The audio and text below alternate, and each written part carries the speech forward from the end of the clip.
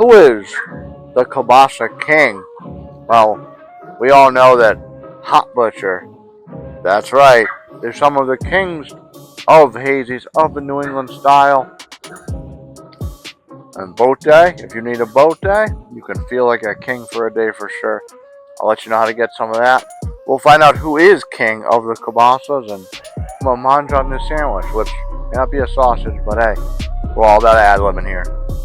Check it all out after the theme song.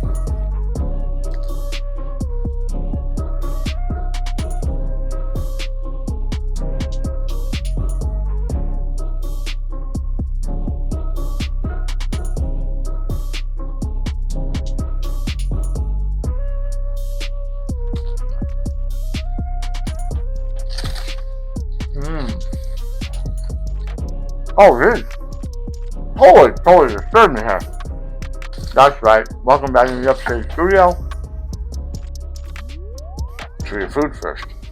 But here's Showing That Make Two Palmetto for another food review. No, here, see, I'm all over the place right now. Anyway, since I'm all over the place, it's completely fitting to enjoy this beer from the kings, one of the kings in the craft beer game. That is Hot Butcher for the World out of Chicago, Illinois. And Kielbasa King. I'll tell you a fun story.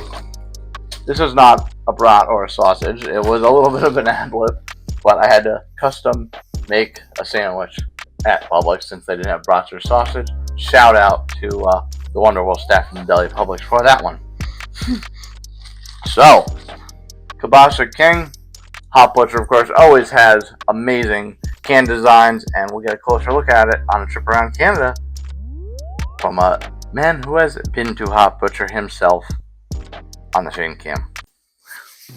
Kielbasa King, as you can see, he's a character sitting on the can, looking like a hot dog or bratwurst. He's got a boxing glove, he's got a little crown on his head, he's holding a fork with, yes, another brat on it. Maybe that's cannibalism, I don't know.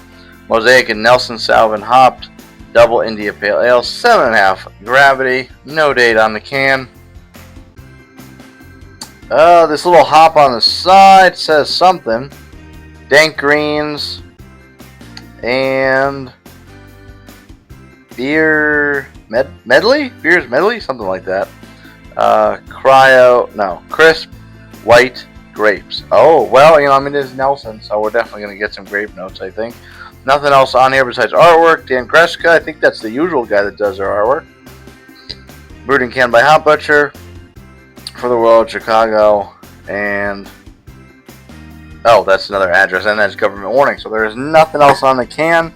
On Untapped, 15,916 total check-ins, 13,167 unique, for over 1,200 rankings, 4.21. So very, very not surprising at all for anything from Hot Butcher. Mosaic and Nelson Sauvin-hopped double IPA. And looking at the pictures, it looks dense, it looks orange, and I look excited to get into it. So we do our 0-1 flight down as usual with a shukuk. Throwing shukuks all over the place. Oh, I'm already getting those notes. Hard pour because you know where you're at.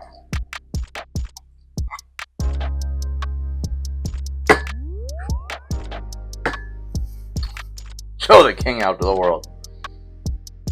Alright, so what do we got on that? It actually looks a little more of a lighter yellow hue than the pictures, which suggest, well, some of them look a little lighter. Yeah, okay, it stacks up. Head is kind of diaper white.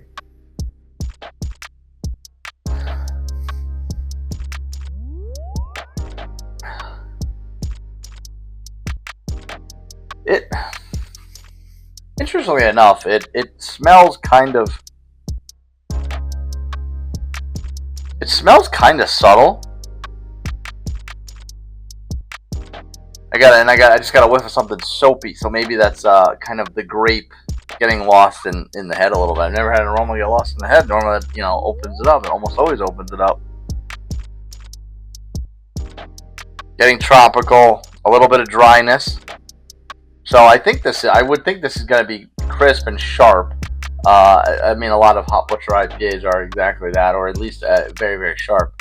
So I think it's going to be no real surprise from what we usually expect from the Titans that they are. Cheers, everyone. Let's get into it.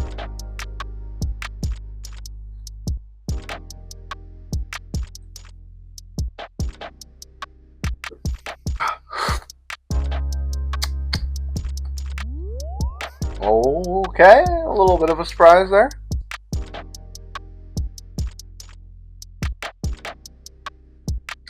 So, much to my surprise on this, it's not as sharp as I thought it would be. It's still sharp. It still got some melony kind of dankness to it, but that dank quality doesn't really come through until it kind of goes mid-palate and into the finish. The up front is really kind of nondescript. It's very, very smooth up front. You get some maybe grapefruity, peachy type of tropical notes up front before that sharp dankness starts to settle in.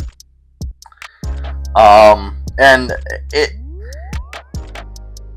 kind of goes through the finish, but it doesn't really totally throw off kind of the smoothness that you kind of got up front.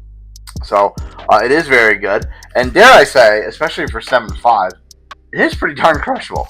Yeah, I throw this in the crushable quality category. Definitely throws in the crushable category. That melony quality is kind of light. The grapey quality very, very light. The dankness is very strong and noticeable, but not so much that it kind of blows out the back of your palate. Very, very tasty indeed, and surprisingly light-bodied for what it is. So that feels like I could sit on the back of a boat. If you are in need of a boat day, head on down in the description below, click the link, and visit Boat Day Apparel. Use the code Nutmeg15. That's Nutmeg15, Nutmeg15 for a 15% discount off at checkout. Cheers, friends. What are we doing here?